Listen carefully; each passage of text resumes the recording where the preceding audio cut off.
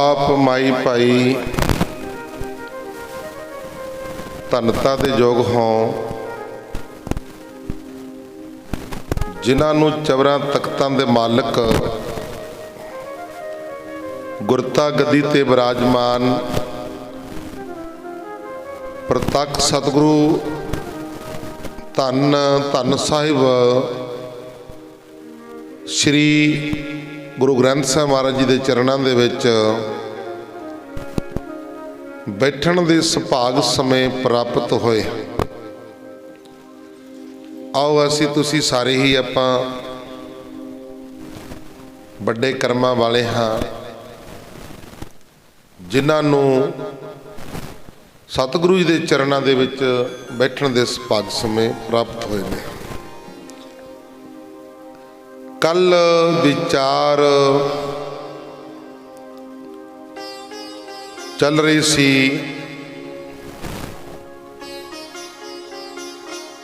राजा भीम चंद दी खोट।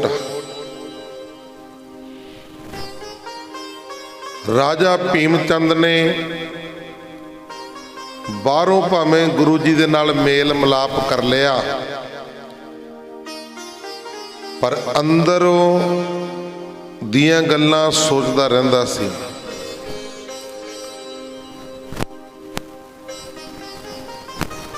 एक दिन उसने अपने मंत्रियों नाल सलाह करके आखिया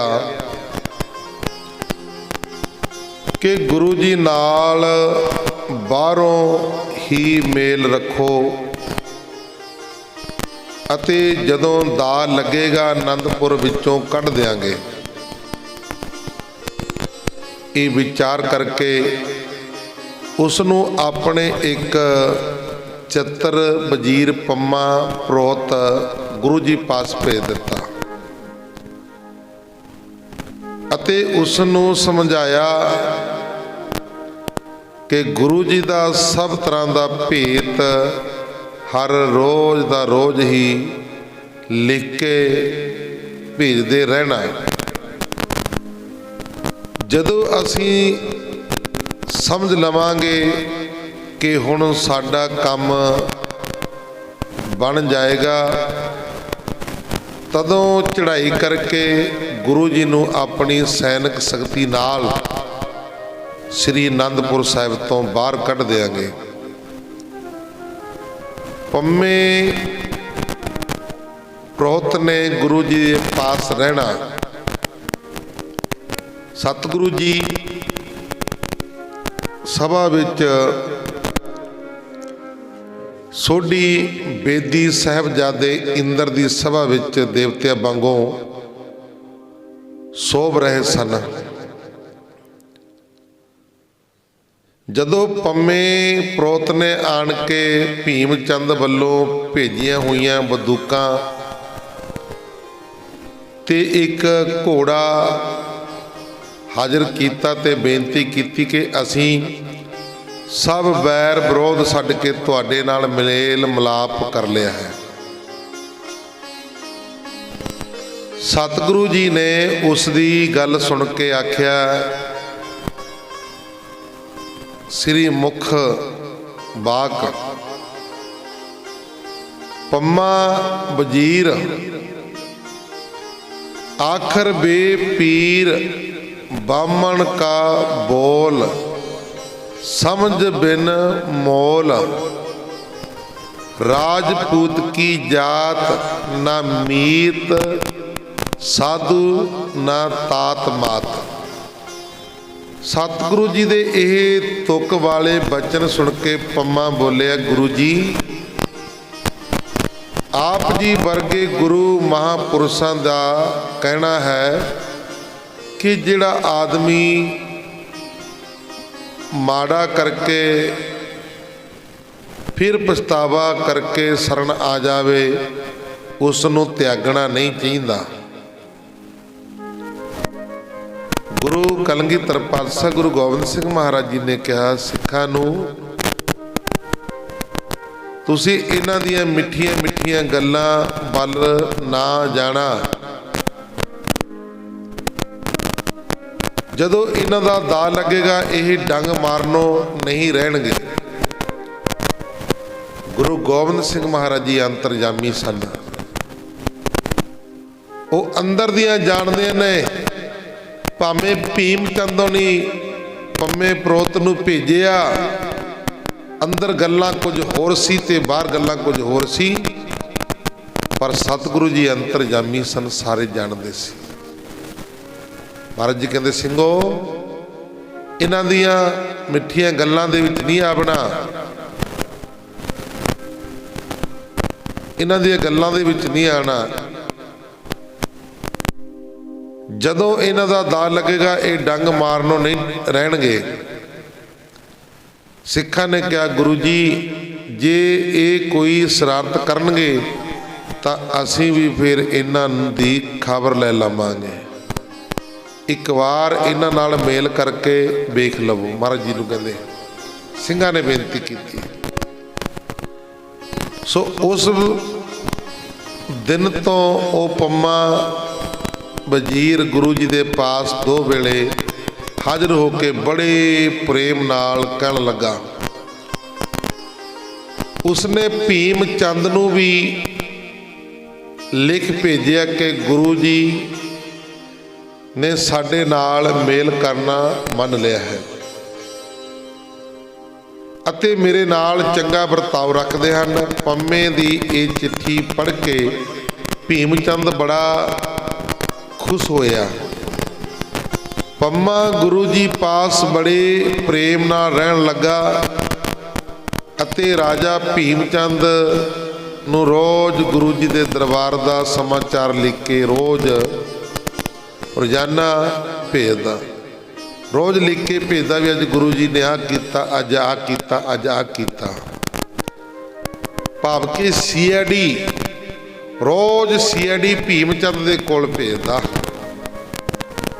ਪੰਮੇ ਨੇ ਗੁਰੂ ਜੀ ਦੇ ਘੋੜਿਆਂ ਦੀ ਚੋਰੀ ਕਰਾਉਣਾ।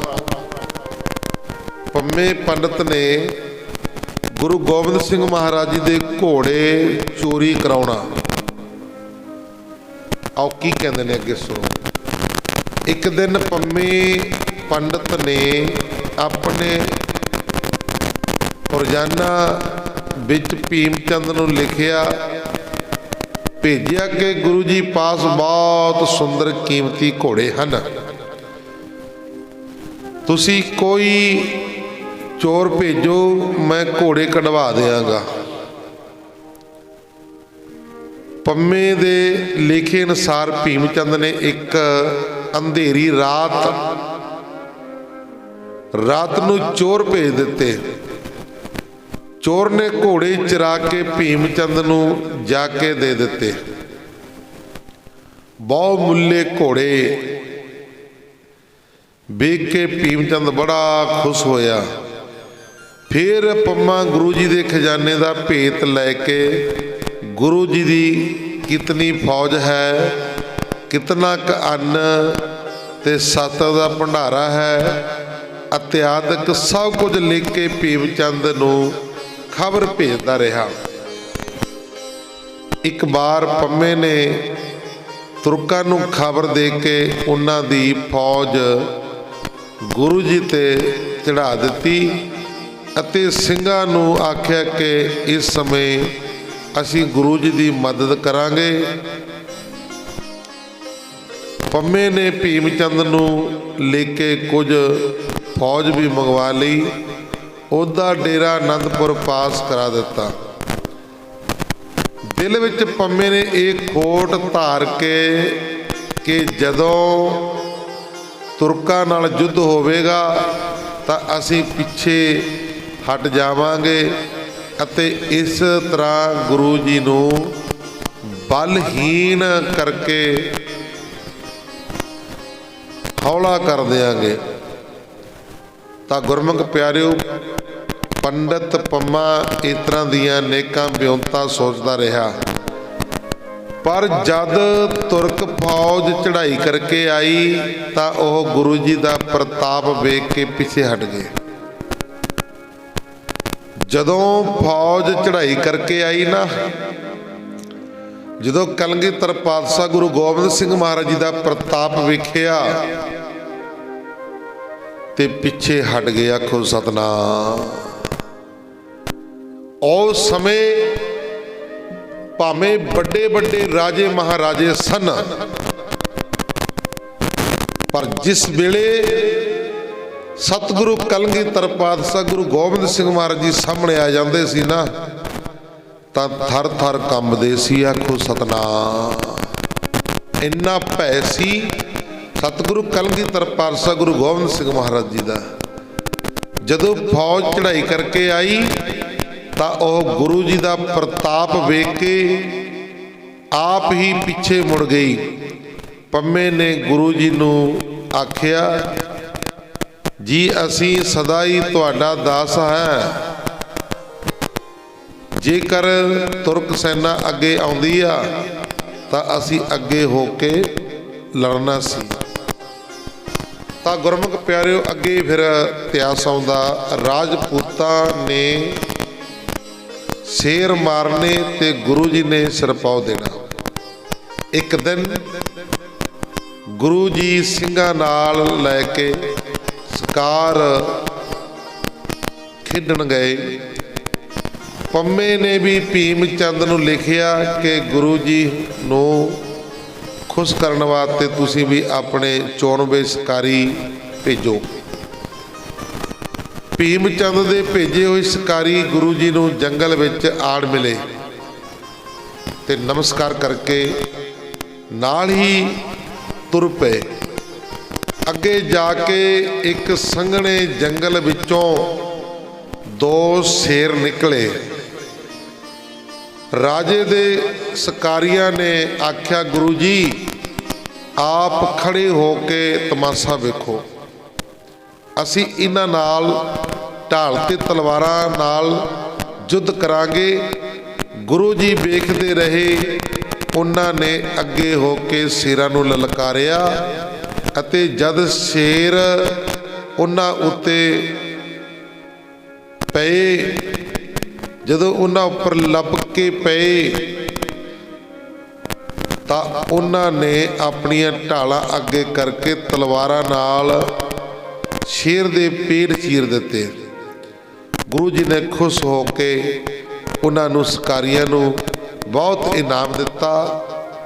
ਇਤਰਾ ਪੰਮਾ ਉੱਪਰੋਂ ਗੁਰੂ ਜੀ ਨਾਲ ਪ੍ਰੇਮ ਤੇ ਅੰਦਰੋਂ ਚਿੱਤ ਵਿੱਚ ਕਪਟ ਰੱਖਦਾ ਸੀ। ਉੱਤੋਂ ਪ੍ਰੇਮ ਰੱਖਦਾ ਸੀ, ਅੰਦਰੋਂ ਕਪਟ, ਈਰਖਾ।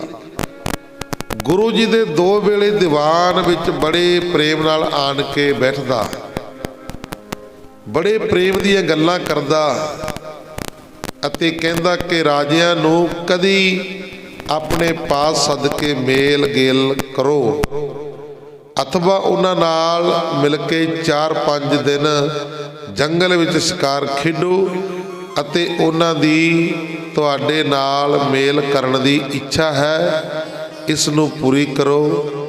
ਕਿਉਂਕਿ ਇੱਕ ਦੂਜੇ ਨਾਲ ਮੇਲ ਤੋਂ ਬਿਨਾਂ, ਭਾਵੇਂ ਬਿਨਾਂ ਭੇਦ ਭਾਵ ਦੂਰ ਨਹੀਂ ਹੁੰਦਾ।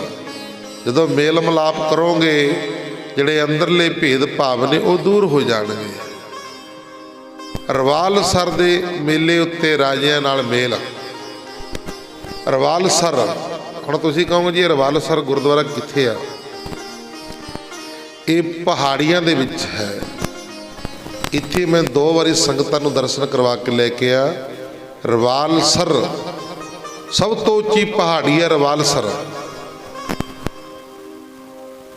ਤਾਂ ਗੁਰਮੁਖ ਪਿਆਰਿਓ, ਉਸ ਜਗ੍ਹਾ ਦੇ ਉੱਤੇ ਦਾਸ ਨੂੰ ਅੰਮ੍ਰਿਤ ਵੇਲੇ ਕੀਰਤਨ ਕਰਨ ਦਾ ਸੁਭਾਗ ਸਮਾਂ ਵੀ ਪ੍ਰਾਪਤ ਹੋਇਆ ਸੀ। ਰਵਾਲਸਰ ਦੀ ਧਰਤੀ ਇੱਥੇ ਪਹਾੜੀ ਰਾਜਿਆਂ ਦੇ ਨਾਲ ਮੇਲ ਹੋਇਆ। ਇਹ ਰਵਾਲਸਰ ਦੀ ਧਰਤੀ ਤੇ ਹੀ ਜਿਹੜੇ ਤਪ ਪ੍ਰਸਾਦ ਸਵਈਏ ਦੀ ਗੁਰਬਾਣੀ ਹੈ ਨਾ, ਸੁਣਿਓ ਧਿਆਨ ਦੇ ਨਾਲ, ਜਿਹੜੀ ਤਪ ਪ੍ਰਸਾਦ ਸਵਈਏ ਦੀ ਗੁਰਬਾਣੀ ਆਪਾਂ ਨਿਤਨੇਮ 'ਚ ਪੜ੍ਹਦੇ ਹਾਂ, ਇਹ ਰਵਾਲਸਰ ਦੀ ਧਰਤੀ ਦੇ ਉੱਤੇ ਉਚਾਰਨ ਕੀਤੀ ਸੀ ਕਲਗੀਧਰ ਪਾਤਸ਼ਾਹ ਗੁਰੂ ਗੋਬਿੰਦ ਸਿੰਘ ਮਹਾਰਾਜ ਜੀ ਨੇ। ਇਤਨੇ ਚਿਰ ਨੂੰ ਰਵਾਲਸਰ ਦਾ ਮੇਲਾ ਆ ਗਿਆ। ਇੱਥੇ ਬਹੁਤ ਲੋਕ ਇਕੱਠੇ ਹੁੰਦੇ ਹਨ। ਪੰਮੇ ਨੇ ਇਹ ਚੰਗਾ ਸਮਾਂ ਜਾਣ ਕੇ ਗੁਰੂ ਜੀ ਨੂੰ ਬੇਨਤੀ ਕੀਤੀ,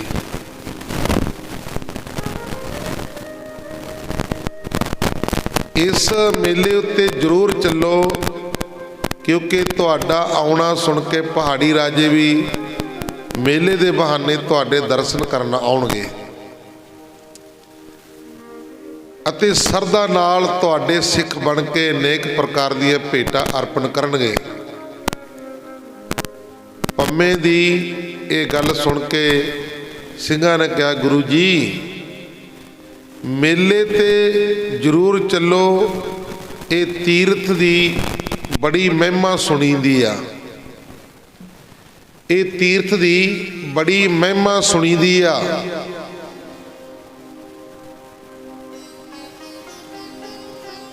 ਮਾਤਾ ਗੁਜਰੀ ਜੀ ਨੇ ਵੀ ਜਦ ਇਹ ਚਰਚਾ ਸੁਣੀ ਤਾਂ ਉਹਨਾਂ ਨੇ ਵੀ ਕਿਹਾ, ਚਲੋ ਲਾਲ ਜੀ, ਪੁੱਤਰ ਜੀ ਚਲੋ, ਸਾਨੂੰ ਵੀ ਮੇਲਾ ਦਿਖਾ ਦਿਓ।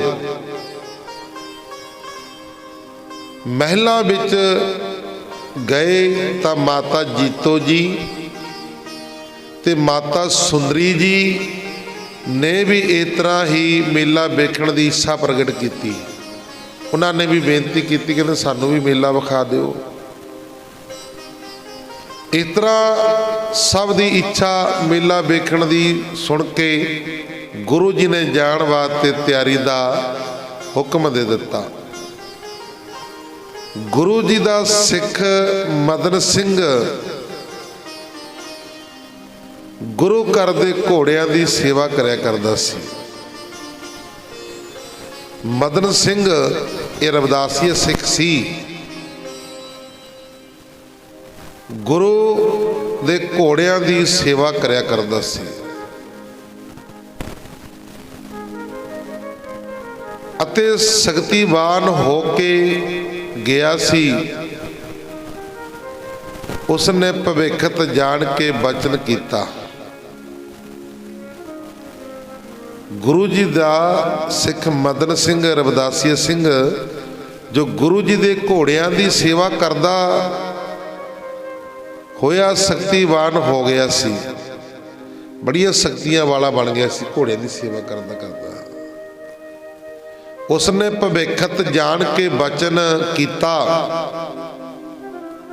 ਬਚਨ ਕੀਤੇ, ਕਹਿੰਦਾ ਕਰੇਗਾ ਸੋ ਭਰੇਗਾ, ਗੁਰੂ ਦਾ ਕੀ ਕਰੇਗਾ, ਕਰੇਗਾ ਸੋ ਭਰੇਗਾ, ਗੁਰੂ ਦਾ ਕੀ ਕਰੇਗਾ, ਸੇਵਕ ਕਾਜ ਕਰੇਗਾ, ਸੇਵਕ ਦੇ ਕਾਜ ਕਰੇਗਾ, ਦੁਸ਼ਮਨ ਦੋਖੀ ਮਰੇਗਾ।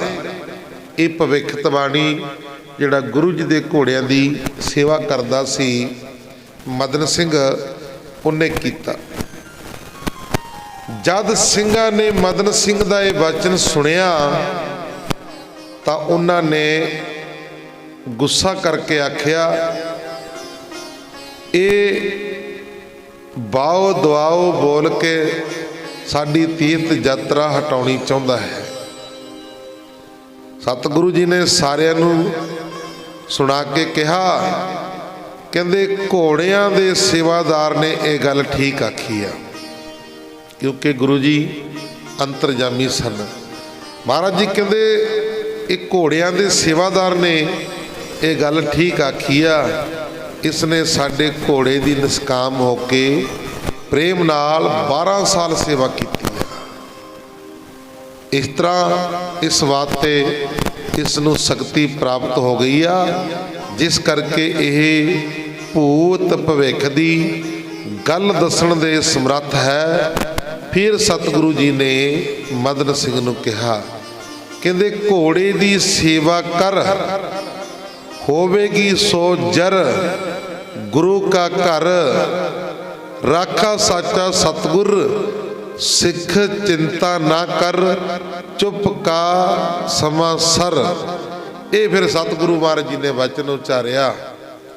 ਮਹਾਰਾਜ ਜੀ ਕਹਿੰਦੇ ਤੂੰ ਘੋੜਿਆਂ ਦੀ ਸੇਵਾ ਕਰੀ ਚੱਲ, ਜੋ ਹੋਵੇਗਾ ਸੋ ਉਹਨੂੰ ਦੇਖ ਲਵਾਂਗੇ। ਕਹਿੰਦੇ ਤਾਂ ਗੁਰੂ ਘਰ ਹੈ, ਰਾਖਾ ਸਾਚਾ ਸਤਿਗੁਰ, ਕਹਿੰਦੇ ਸਾਡਾ ਰਾਖਾ ਸਤਿਗੁਰ ਅਕਾਲ ਪੁਰਖ ਹੈ। ਸਿੱਖ ਚਿੰਤਾ ਨਾ ਕਰ। ਮਹਾਰਾਜ ਜੀ ਕਹਿੰਦੇ ਤੂੰ ਚਿੰਤਾ ਨਾ ਕਰ ਮਦਨ ਸਿੰਘ, ਚੁੱਪ ਕਾ ਸਮਾਂ ਸਰ। ਕਹਿੰਦੇ ਚੁੱਪ ਕਰਕੇ ਸਮਾਂ ਕੱਢ ਲਾ। ਕਹਿੰਦੇ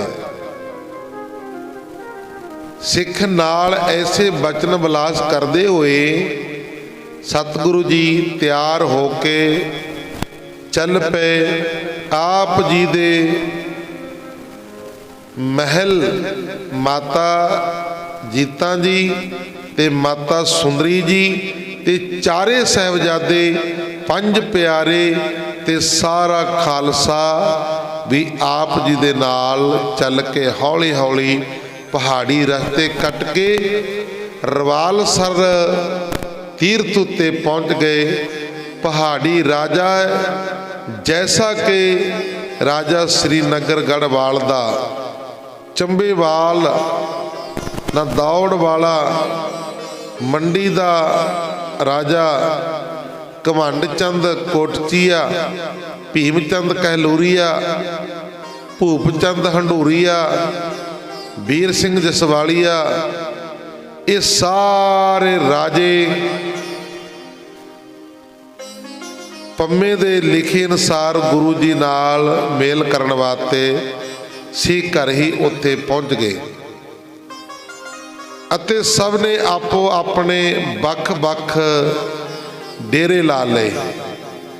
ਦੂਸਰੇ ਦਿਨ ਸਾਰੇ ਰਾਜਿਆਂ ਨੇ ਮੰਤਰੀ ਗੁਰੂ ਜੀ ਪਾਸ ਆਏ ਤੇ ਬੇਨਤੀ ਕੀਤੀ ਕਿ ਰਾਜੇ ਆਪ ਜੀ ਨੂੰ ਮਿਲ ਕੇ ਦਰਸ਼ਨ ਕਰਨਾ ਚਾਹੁੰਦੇ ਹਨ, ਜੇ ਆਗਿਆ ਦਿਓ ਤਾਂ ਆ ਜਾਣ। ਉਹਨਾਂ ਦੀ ਬੇਨਤੀ ਪ੍ਰਵਾਨ ਕਰਕੇ ਆਪ ਜੀ ਨੇ ਇੱਕ ਪਾਸੇ ਰਾਜਿਆਂ ਤੇ ਉਹਨਾਂ ਦੇ ਅਹਿਲਕਾਰਾਂ ਵਾਸਤੇ, ਦੂਜੇ ਪਾਸੇ ਸਿੰਘਾਂ ਦੇ ਬੈਠਣ ਵਾਸਤੇ ਬੜਾ ਵੱਡਾ ਸੁੰਦਰ ਫਰਸ਼ ਗਲੀਚੇ ਵਿਛਵਾ ਦਿੱਤੇ।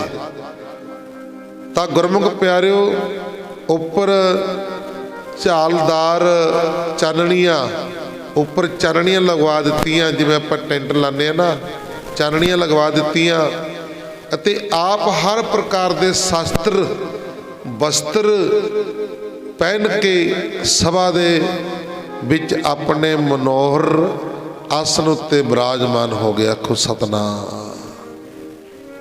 ਸਾਰੇ ਤਰ੍ਹਾਂ ਦੇ ਸ਼ਸਤਰ ਗੁਰੂ ਗੋਬਿੰਦ ਸਿੰਘ ਮਹਾਰਾਜ ਦੇ ਸਰੀਰ ਦੇ ਉੱਤੇ ਪਹਿਨੇ ਹੋਏ ਨੇ। ਮਹਾਰਾਜ ਜੀ ਘੱਟੋ ਘੱਟ 22 ਸ਼ਸਤਰ ਸਰੀਰ ਦੇ ਉੱਤੇ, ਜਿੱਦੇ ਸੱਚਖੰਡ ਗਏ ਨੇ ਨਾ, ਜਿੱਦੇ ਸੱਚਖੰਡ ਗਏ ਨੇ ਮਹਾਰਾਜ ਜੀ, ਉਸ ਦਿਨ 22 ਸ਼ਸਤਰ ਸਰੀਰ ਦੇ ਉੱਤੇ ਧਾਰਨ ਕੀਤੇ ਹੋਏ ਸੀ। 22 ਸ਼ਸਤਰ। ਸਾਨੂੰ ਤਾਂ ਇੱਕ ਕਿਰਪਾਨ ਪਾਣੀ ਬੜੀ ਔਖੀ ਲੱਗਦੀ ਆ ਕਿ ਜਿਹਨੂੰ ਅੰਮ੍ਰਿਤ ਛਕ ਲਓ ਵੀ ਅੰਮ੍ਰਿਤ ਛਕ ਲਓ ਭਾਈ, ਬਸ ਬਾਬਾ ਜੀ ਕਿੱਥੇ ਨਹਾਣੀ ਬੜਾ ਖੱਲ ਹੈ। ਨਹਾਉਣ ਕਰਕੇ ਗੁਰੂ ਤੋਂ ਬੇਮੁਖ ਹੋਏ ਫਿਰਦੇ ਆ ਭਾਈ ਅਸੀਂ। 22 ਸ਼ਸਤਰ ਗੁਰੂ ਦੇ ਧਾਰਨ ਕੀਤੇ ਕਲਗੀਧਰ ਪਾਤਸ਼ਾਹ ਗੁਰੂ ਗੋਬਿੰਦ ਸਿੰਘ ਮਹਾਰਾਜ ਜੀ ਦੇ। ਰਾਜਿਆਂ ਨੇ ਦਰਸ਼ਨ ਕਰਨੇ। ਸਾਰੇ ਰਾਜੇ ਆਪੋ ਆਪਣੇ ਯੋਧਿਆਂ ਨੂੰ ਨਾਲ ਲੈ ਕੇ ਗੁਰੂ ਜੀ ਦੇ ਸਭਾ ਵਿੱਚ ਆ ਗਏ ਅਤੇ ਭੇਟਾ ਅਰਪਣ ਕਰਕੇ ਆਪੋ ਆਪਣੇ ਆਸਣਾਂ ਤੇ ਬੈਠ ਗਏ। ਸਤਿਗੁਰੂ ਜੀ ਨੇ ਬਾਰੋ ਬਾਰੀ ਪਹਿਲਾਂ ਸਭ ਦੀ ਸੁੱਖ ਸਾਂਦ ਪੁੱਛੀ ਅਤੇ ਫਿਰ ਨੀਤੀ ਦੀਆਂ ਅਤੇ ਸਮਾਜਿਕ ਗੱਲਾਂ ਕੀਤੀਆਂ। ਆਪ ਜੀ ਦੇ ਦਰਸ਼ਨ ਕਰਕੇ ਅਤੇ ਨੀਤੀ ਨਿਪੁੰਨ ਬਚਨ ਸੁਣ ਕੇ ਰਾਜੇ ਭੀਮ ਚੰਦ ਹੁਣੀ ਸਾਰੇ ਰਾਜੇ ਪ੍ਰੇਮ ਨਾਲ ਬਹੁਤ ਸਮਾਂ ਗੁਰੂ ਗੋਬਿੰਦ ਸਿੰਘ ਮਹਾਰਾਜ ਜੀ ਦੇ ਚਰਨਾਂ ਦੇ ਵਿੱਚ ਬੈਠੇ ਰਹੇ। ਆਖੋ ਸਤਨਾਮ। ਸਭ ਨੇ ਪਿਛਲੀਆਂ ਗਲਤੀਆਂ ਦੀ ਮਾਫੀ ਮੰਗੀ। ਜਿਹੜੇ ਰਾਜਿਆਂ ਨੇ ਪਿੱਛੇ ਜੰਗ ਕੀਤੇ ਨੇ ਨਾ ਮਹਾਰਾਜ ਜੀ ਦੇ ਨਾਲ ਅਨੰਦਪੁਰ ਸਾਹਿਬ, ਉਹ ਸਾਰਿਆਂ ਦੀ ਸਤਿਗੁਰੂ ਜੀ ਤੋਂ ਮਾਫੀ ਮੰਗੀ ਤੇ ਅੱਗੋਂ ਤੋਂ ਆਪ ਜੀ ਦੇ ਅਨੁਸਾਰੀ ਰਹਿਣ ਦੇ ਵਚਨ ਦਿੱਤੇ। ਕਹਿੰਦੇ ਜਿਵੇਂ ਆਪ ਜੀ ਅੱਗੋਂ ਵਾਸਤੇ ਰੱਖੋਗੇ ਤੇ ਉਸੇ ਤਰ੍ਹਾਂ ਅਸੀਂ ਰਹਾਂਗੇ। ਰਾਣੀਆਂ ਨੇ ਦਰਸ਼ਨ ਕਰਨ ਆਉਣਾ। ਜਦ ਰਾਜਿਆਂ ਨੇ ਡੇਰੇ ਵਿੱਚ ਜਾ ਕੇ ਵਾਪਸ ਗੁਰੂ ਜੀ ਦੇ ਸੁੰਦਰ ਸਰੂਪ ਦੀ ਸ਼ੋਭਾ ਕੀਤੀ, ਕਲਗੀਧਰ ਪਾਤਸ਼ਾਹ ਗੁਰੂ ਗੋਬਿੰਦ ਸਿੰਘ ਮਹਾਰਾਜ ਜੀ ਦੇ ਸਰੂਪ ਦੀ ਸ਼ੋਭਾ ਕੀਤੀ ਵੀ ਮਹਾਰਾਜ ਜੀ ਇੰਨੇ ਸੋਹਣੇ ਲੱਗਦੇ ਨੇ, ਇੰਨਾ ਸੋਹਣਾ ਦਾੜਾ, ਇੰਨਾ ਸੋਹਣਾ ਦਸਤਾਰ ਦਵਾਲਾ ਸਜਾਇਆ ਹੋਇਆ, ਕਲਗੀ ਸਜਾਈ ਹੋਈ, ਚੱਕਰ ਸਜਾਏ ਹੋਏ ਨੇ, ਸ਼ਾਸਤਰ ਸਜਾਏ ਹੋਏ ਨੇ। ਜਦੋਂ ਇਸ ਤਰ੍ਹਾਂ ਮਹਾਰਾਜ ਜੀ ਦੀ ਸ਼ੋਭਾ ਕੀਤੀ ਜਾ ਕੇ ਰਾਜਿਆਂ ਨੇ, ਤਾਂ ਗੁਰਮੁਖ ਪਿਆਰਿਓ ਫਿਰ ਰਾਣੀਆਂ ਵੀ ਰਾਜਿਆਂ ਤੋਂ ਆਗਿਆ ਲੈ ਕੇ ਸਤਿਗੁਰੂ ਜੀ ਦੇ ਦਰਸ਼ਨ ਕਰਨ ਵਾਸਤੇ ਸਤਿਗੁਰੂ ਜੀ ਦੇ ਦਰਬਾਰ ਵਿੱਚ ਆਈਆਂ।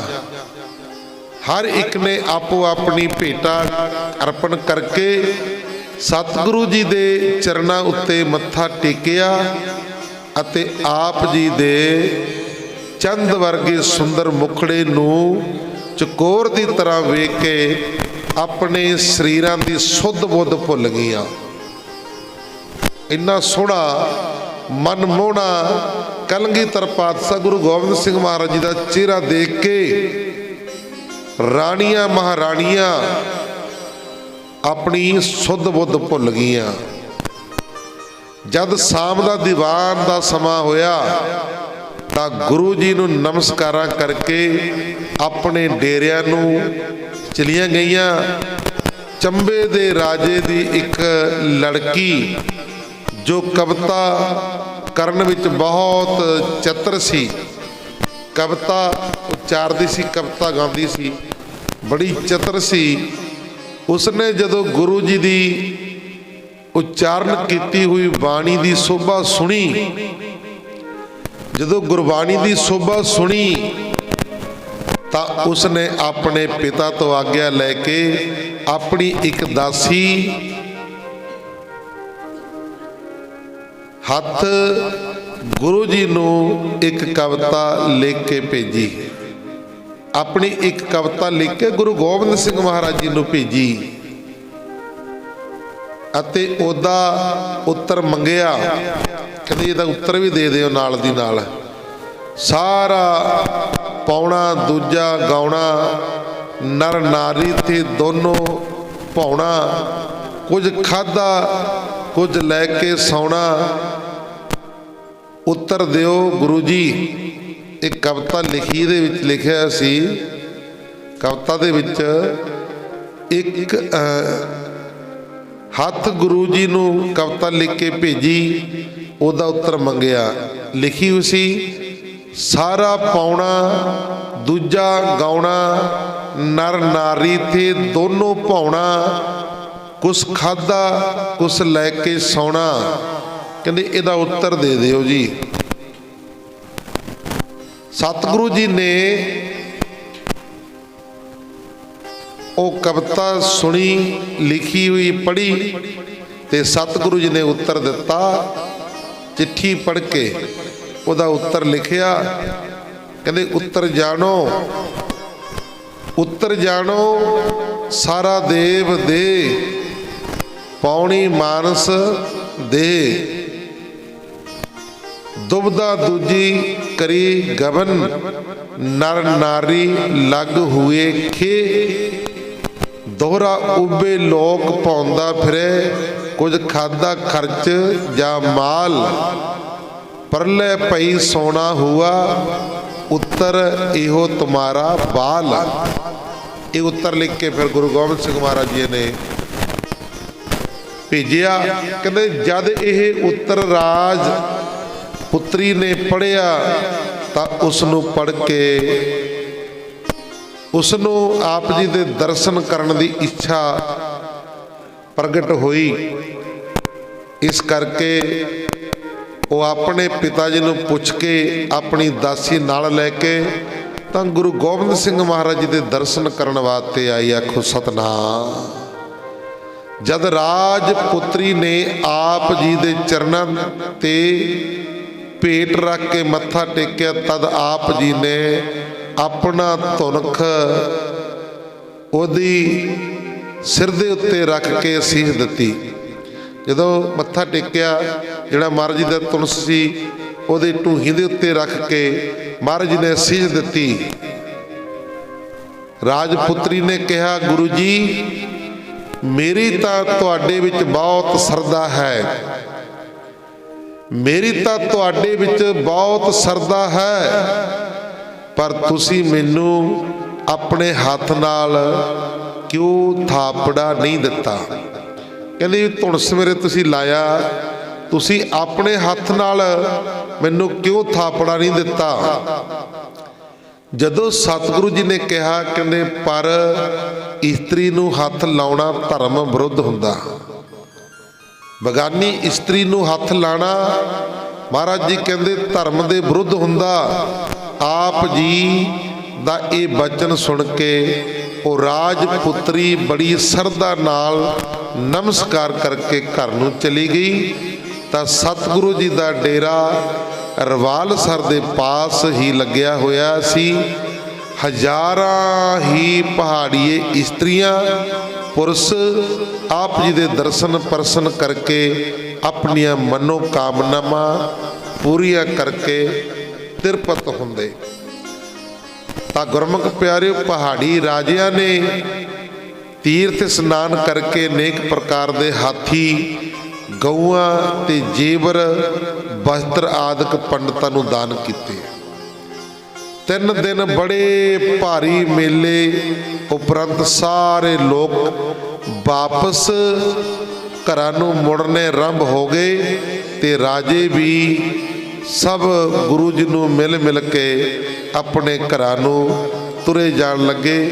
ते सतगुरु जी कुछ चिर उत्थे टिक के 2 वेले दीवान सजाउंदे अते कई वार बाहर शिकार खेडण भी जांदे ते पहाड़ां दी सैर करदे रहिंदे।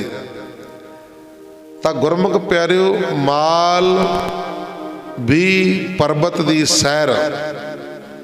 एक दिन सतगुरु कलगीधर पातशाह गुरु गोबिंद सिंह महाराज जी सैर करते हुए 5 ਸਿੰਘਾਂ भाई दया सिंह जी, भाई उदय सिंह जी, भाई आलम सिंह जी, भाई मोहकम सिंह जी ते भाई साहिब सिंह जी नाल माल भी पर्वत उत्ते जा चढ़े। जद उच्ची चोटी ते खड़े होके आप जी ने चारे पासे वेखिया तां एक कंधीला जंगली पहाड़ी आदमी आप जी दे चरना उत्ते मत्था टेक के खड़ा हो गया। सतगुरु जी ने पूछया, सतगुरु जी ने उसनू पूछया कि तू कौन है, तू कौन है। उस गंधीले ने हस के उत्तर दिता कि मैं रेबा दा पुत्र रवेल हाँ। मेरी माता ने मैनू आख्या सी, हे पुत्र तू तप कर, तप नाल जगत विच वड्याई मिलदी है। सारे बड़े वडेरे तप करके ही बड़े मानिया होए हन, पूजन जोग होए हन। माता दी ये गल मन के मैं बहुत तप किया। ब्रह्मा जी मेरे तप उत्ते प्रसन्न होके कहन लगे, तू बहुत तप किया है, जो तेरे चित्त विच है वो वर मंगला, जो तेरे मन विच है वो वर मंगला। मैं हाथ जोड़ के क्या ब्रह्मा तो मंगया, मेरा बड़ा प्रताप होवे, मैं राज करा। ब्रह्मा ने कहा ऐसा ही होवेगा।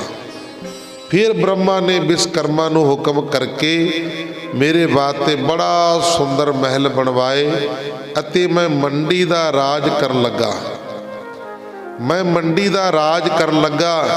मेरा राज भाग बड़ा वधिया अते मैं बहुत समा राज करदा रहा। मेरा जस्सा नाल युद्ध पै गया, बड़ा घोर युद्ध करके मैं ਜੱਸਾ ਦੇ ਹੱਥੋਂ ਮਾਰਿਆ ਗਿਆ ਤੇ ਇਹ ਜੋੜ ਧਾਰ ਕਰਕੇ ਇੱਥੇ ਹੀ ਰਹਿਣ ਲੱਗਾ ਹਾਂ। ਰਵਾਲਸਰ ਤੀਰਥ ਦਾ ਹਾਲ ਤਾਂ ਗੁਰਮੁਖ ਪਿਆਰਿਓ,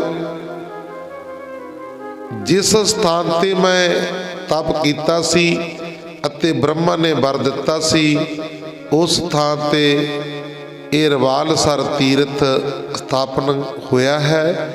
ਇੱਥੇ ਛੋਟੇ ਪਹਾੜ ਤੇ ਪੱਥਰ ਬਿਰਸਾਂ ਦੇ ਪੱਤਿਆਂ ਵਾਂਗ ਪਾਣੀ ਵਿੱਚ ਤੁਰਦੇ ਫਿਰਦੇ ਦਿਖਾਈ ਦਿੰਦੇ, ਤੁਸੀਂ ਵੇਖ ਰਹੇ ਹੋ।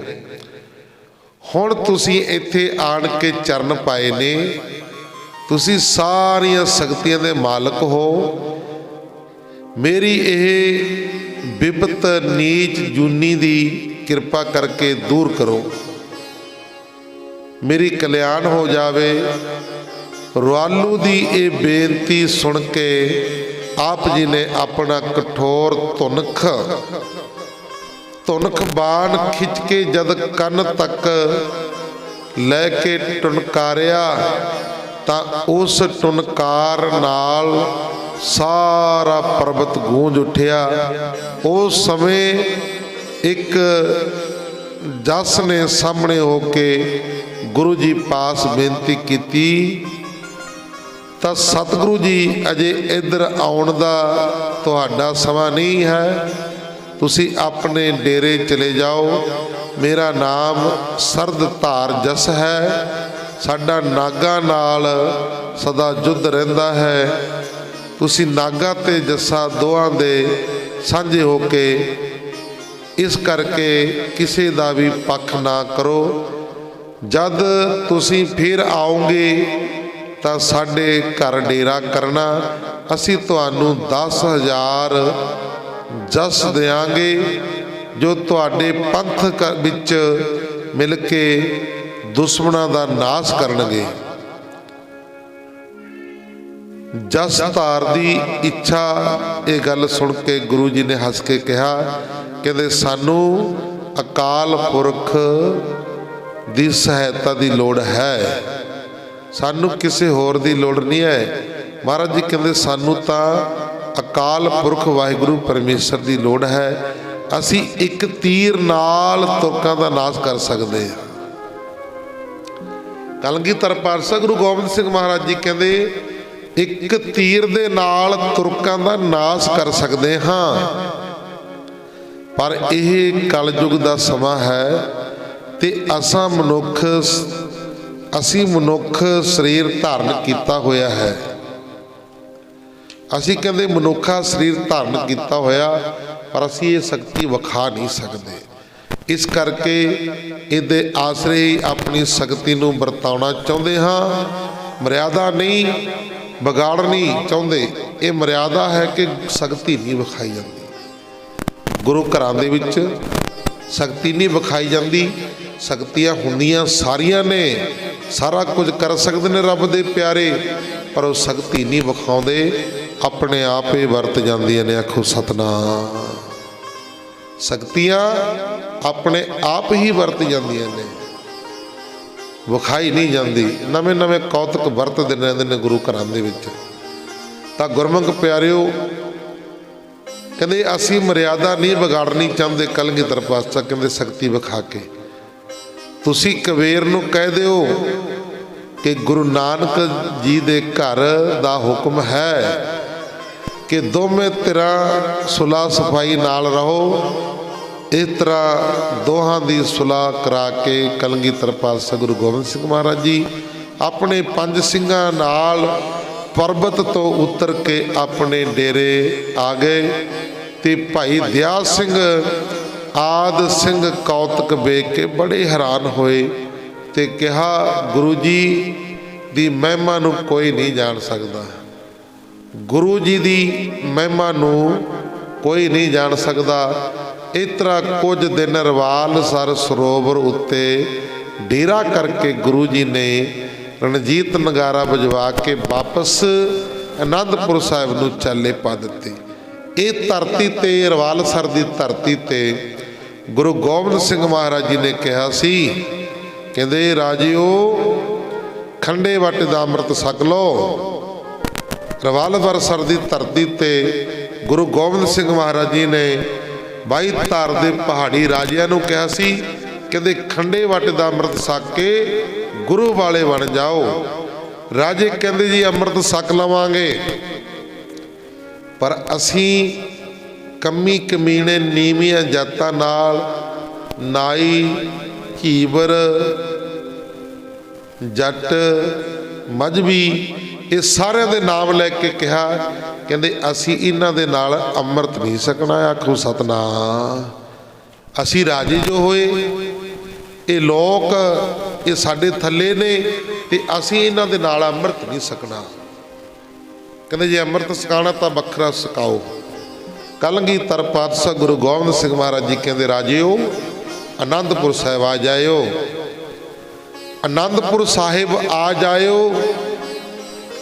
तो ये समझ गए भी सतगुरु जी सानू बखरा अमृत छकाणगे। ना तो कोई बखरा नाम है, नाम भी एक है, अमृत भी एक है, बाणी भी एक है, ते गुरु भी एक है, संगत भी एक है, सब कुछ एक है। एक ओंकार एक तो ही पैदा होया, अकाल पुरख वाहिगुरु परमेश्वर एक है। आनंदपुर साहिब जदों समा रख लिया, कहते फलानी तरीक नूं आनंदपुर साहिब आ जाओ। राजिया नूं चौ चढ़ गया भी सानू बखरा अमृत छकाउणगे, सानू बखरा अमृत छकाउणगे। तां सारे कलगीधर पातशाह गुरु गोबिंद सिंह महाराज जी आनंदपुर साहिब की धरती ते आए ते सारे चिट्ठियां लिख के भेज दित्तियां। महाराज जी कहते भाई खंडे वाटे का अमृत छक के तैयार बर तैयार सिंह हो। बड़े बड़े थान नीले पीले बड़े बड़े थान मंगा के महाराज ने सारियां दे सारे जिन्ने भी मैं दसिया सी, रविदासी सिख, मजहबी सिख, झीवर सिख, नाई सिख, जट सिख, सारियां नूं इकत्तर करके कलगीधर पातशाह गुरु गोबिंद सिंह महाराज जी ने सारियां दे सिरां दे उत्ते पग्गां बना दित्ती। आखो सतनाम। अगे ऐसा समा सी राजे महाराजे ही पग्गां बन सकदे सी, होर नहीं सी कोई बन सकदा। राजे महाराजे ही पग्गां बन सकदे सी ते होर नहीं सी कोई बन सकदा। ना कोई चंगे खा पी सकदा सी, ने चंगा कोई घर बना सकदा सी। सिर्फ राजे दा ही राज चलदा सी। राजियां तो डरदे रहंदे सी लोकी। तां महाराज जी ने आनंदपुर साहिब सारियां नूं बुला के जिस दिन राजियां ने आना सी उस दिन महाराज ने सारियां नूं बुला के सिरां दे उत्ते नीलियां पीरियां दस्तारां पग्गां बना दित्तियां। आखो सतनाम। गुरु जी के चरणों में नीलियां पीलियां पग्गां, बीबियां दे सिरां दे उत्ते नीलियां पीलियां चुन्नियां सारियां नूं बिठा के महाराज के चरणों में सारे बैठे हैं। इधरों फिर 22 धार दे राजे पहाड़ीए सारे इकट्ठे होके जो आनंदपुर साहिब आए तो जदों वेखिया भी इन्होंने नीवियां जातियां कमी कमीणियां दे सिरां दे उत्ते दस्तारां बना के साडे बराबर कर दिता, तां राजे गुरु गोबिंद सिंह महाराज जी दे नाल नाराज होए। कहण लगे महाराज जी ये तुसी चंगा नहीं कीता, सानू घर बुला के तुसी साडी बेइज्जती कीती आ। घर बुला के तुसी साडी बेइज्जती कीती आ, ये चंगा नहीं कीता। महाराज जी कहते भाई राजिओ इत्थे कोई बड़ा छोटा नहीं है, साडी नज़रां दे विच सारे एक सार हो। कंगाल होवे भावें राजा होवे, भावें भिखारी होवे, भावें राजा होवे, साडे वास्ते सारी एक ने। आखो सतनाम। लगे उच्चा नीवा बोलन, वध घट बोलन लगे।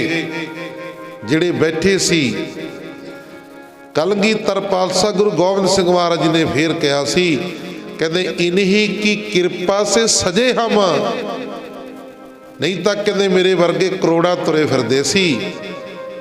इन्हां दी कृपा दे नाल ही मैं सजिया हाँ।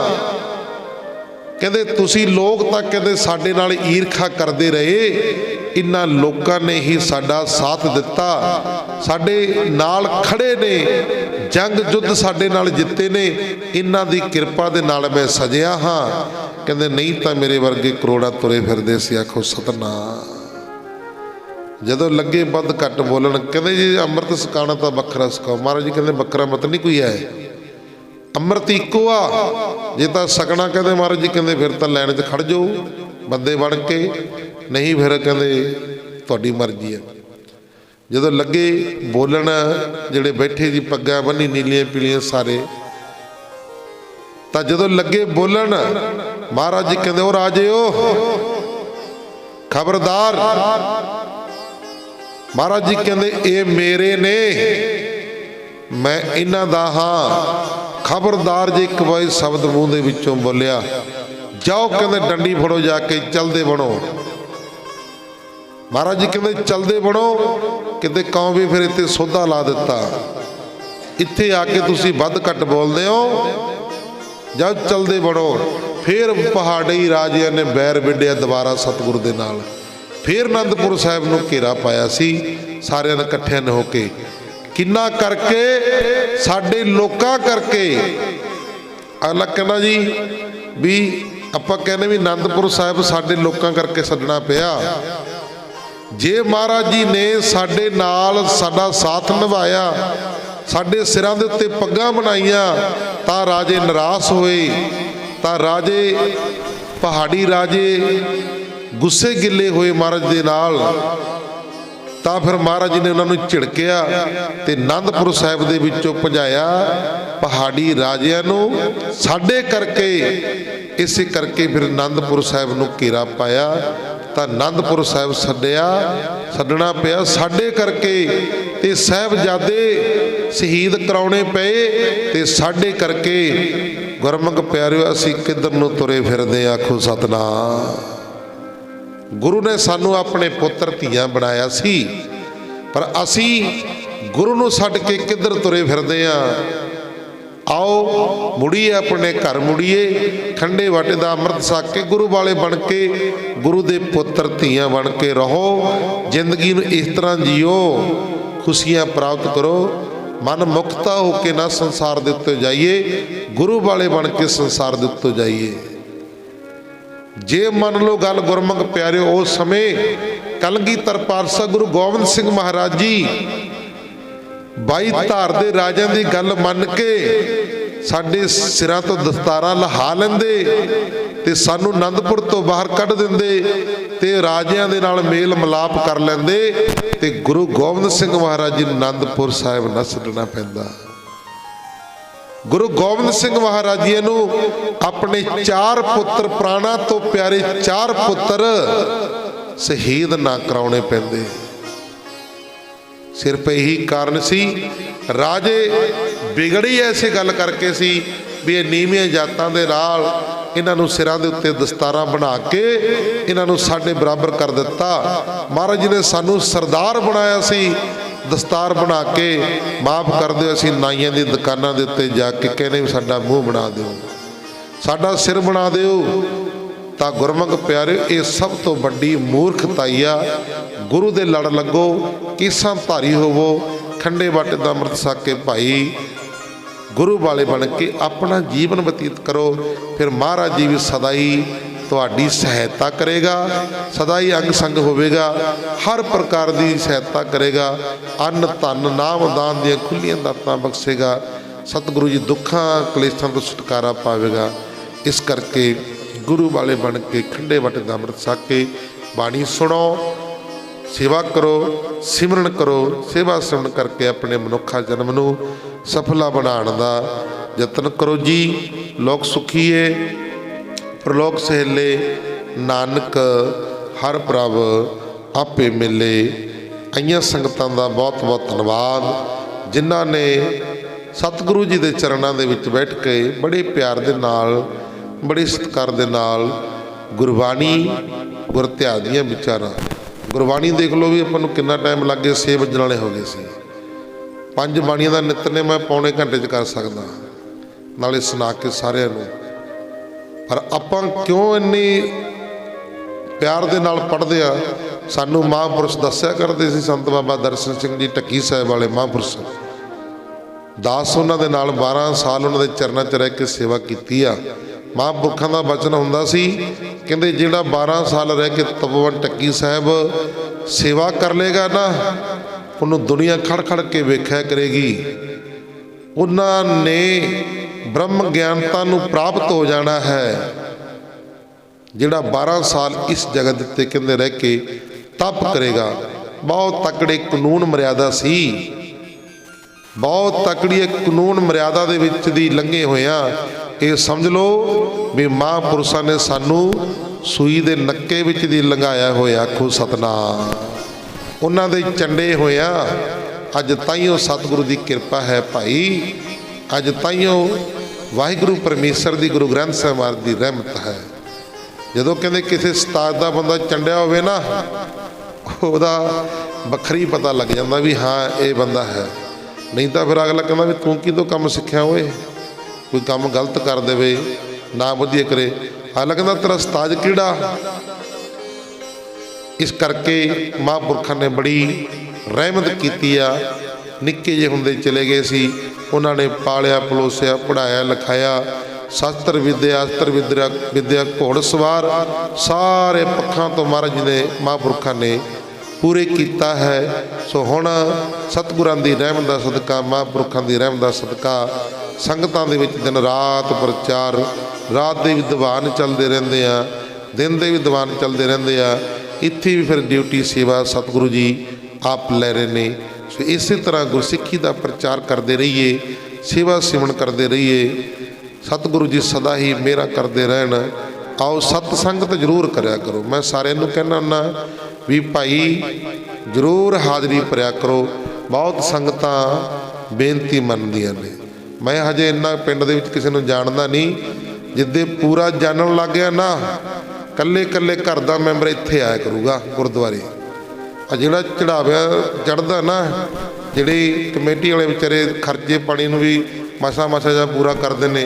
1 लाख रुपये तो उपर चढ़ावा गोलक दा कर दियांगा। 1 लाख रुपये तो उपर गोलक दा चढ़ावा हो जाएगा। महाराज की कृपा यही होनी आ। हजे संगतां नाल मेरा प्रेम नहीं ना, मैं चंगी तरह कदे गया नहीं कदे, क्योंकि जिमें जिमें पाठ करी जाने परिवारों के नाल प्यार पई जांदा। जिन्हां नाल एक बारी प्रेम प्यार बन जाता, उन्हां नूं प्यार दे नाल कहना भी गुरु दे घर आया करो, संगत करया करो। उन्हां नूं प्यार दे नाल समझाने ते समझ जाते ने। इस करके गुरु दे नाल जुड़ के रहिए। जदों गुरु दे नाल जुड़ के रहोगे ना, बस फिर काम कार करो अपने, खुश रहो। सदा ही महाराज ने मेरा करते रहना, रहमत करते रहना है। सतगुरु जी भाई इच्छा पूरक है, वो मन दियाँ भावना इच्छा पूरियां करदा। जिहड़ा गुरु दे दर ते सरदा दे नाल प्रेम दे नाल सरदा लेके भावना लेके आउंदा, उहदी सरदा भावना सतगुरु जी पूरी करदे ने। आओ अज देखदियां सेवावां, 3 देखदियां सेवावां आईयां ने।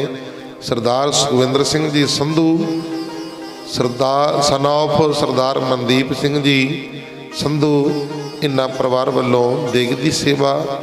सिमरत कौर पुत्री सरबजीत सिंह जी जन्मदिन नूं मुख रखदे होया देखदियां सेवावां। जो नित दी देखदी सेवा है सरदार अवतार सिंह जी, सरदार अवतार सिंह जी इन्हां परिवार वालों देखदी सेवा है। आओ श्लोक दे विच बोल के रसना नूं करिए पवित्र अरदास। हुक्मनामा साहिब कड़ा प्रसाद दी गल करके फिर आपो अपने कारो विहार करने। लोग सुखी है प्रलोक से ले, नानक हर प्रभ आपे मिले। आओ हुण जो आपां ग्राही लाई हुई सी, वो भी ग्राही जीरी दी इकट्ठी करनी है। 100 रुपया बीघा, 100 रुपया बीघा जीरी दी जो आपां समाही दी ग्राही इकट्ठी करते हैं। वो संगतां नूं बेनती आ, सेवादार घर घर भी पहुँचणगे। बेहतर तो यही आ भी जे असी आप लैके आईए। स्वाद की गल तो यह आ भी असी आप लैके अपनी जमीन के हिसाब नाल 100 रुपये बीघे के हिसाब नाल आप लैके सतगुरु के सामने रख के भेटा महाराज जी आ साडी सेवा मंजूर करियो ते अगों वास्ते साडे खजाने इन्ने भरपूर कर दिओ कि वध तो वध असीं सेवा आप जी दे चरणों नूं दईए। सेवा ना मैनू देनी आ ना कमेटी वालियां नूं देनी आ, देनी किनू आ सतगुरु कलगीधर पातशाह गुरु गोबिंद सिंह महाराज जी नूं, सतगुरु गुरु ग्रंथ साहिब महाराज जी नूं। आप आपां सेवा लैके महाराज दे चरणों दे विच आईए ते अरदास करिए महाराज जी साडी भेटा है अर्पण कर लिओ ते अगे वास्ते मेहर कर दिओ, असीं होर वध चढ़ के सेवावां दे विच योगदान पाईए। फिर सतगुरु ने खजाने भरपूर करने ने, फिर कल कंडक दूर कर देने, फिर गुरमुख प्यारिओ बरकतां पैंदियां ने। आखो सतनाम, फिर पैंदियां ने बरकतां, फिर हुंदी है किरपा। आओ श्लोक अरदास हुकमनामा साहिब कड़ा प्रसादियां देगा लै करके फिर आपो अपने कर विहार करने ने। लोक सुखीए प्रलोक सहेले, नानक हर प्रभ आपे मिले। श्लोक पावन गुरु पानी पिता, माता तरत महत, दिवस रात दो दाई दाया, खिलै सगल जगत, चंगियां हियां बुरियां हियां, बचै धर्म दूर, कर्मी आपो अपने, के नेड़े के दूर, जिनी नाम ते आया, गए मसकत काल, नानक ते मुखे उजले, केती छुटी नाल, जिनी नाम ते आया, गए मसकत काल, नानक ते मुखे उजले, केती छुटी नाल, जिनी नाम ते आया, गए मसकत काल, नानक ते मुखे उजले, केती छुटी नाल। वाहिगुरू जी का खालसा, वाहिगुरू जी की फतेह।